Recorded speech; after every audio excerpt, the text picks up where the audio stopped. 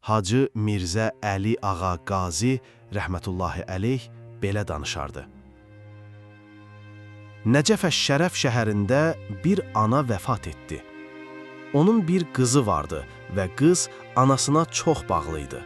Anasının ölümünə dözə bilmədi, dəfn zamanı da dayanmadan ağlayırdı.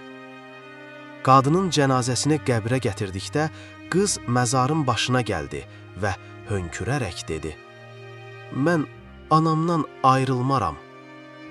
Nə qədər çalışdılarsa da onu məzardan uzaqlaşdıra bilmədilər.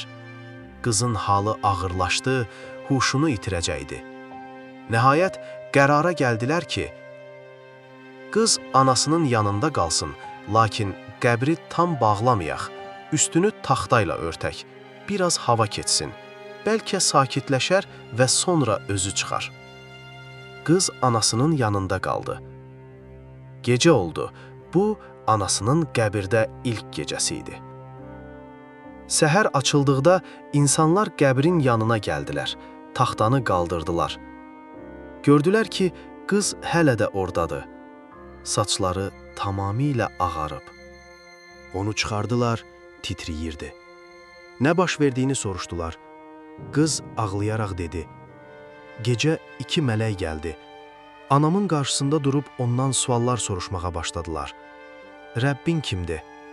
Allah. Peyğəmbərin kimdir? Muhammed Peyğəmbər.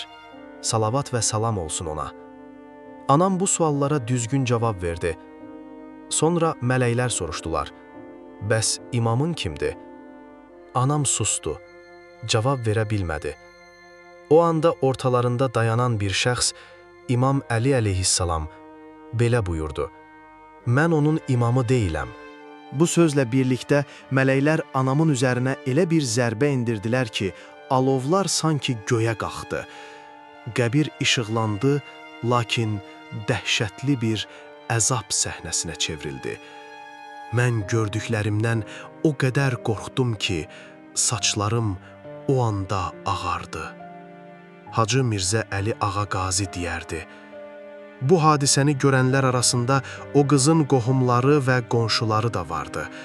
Onların hamısı bu hadisədən sonra onların bir çoxu Şiə məzhəbinə keçdi. Çünki hadisə açıq şəkildə göstərdi ki, imaməti inkar edən qəbirdə cavab verə bilmir."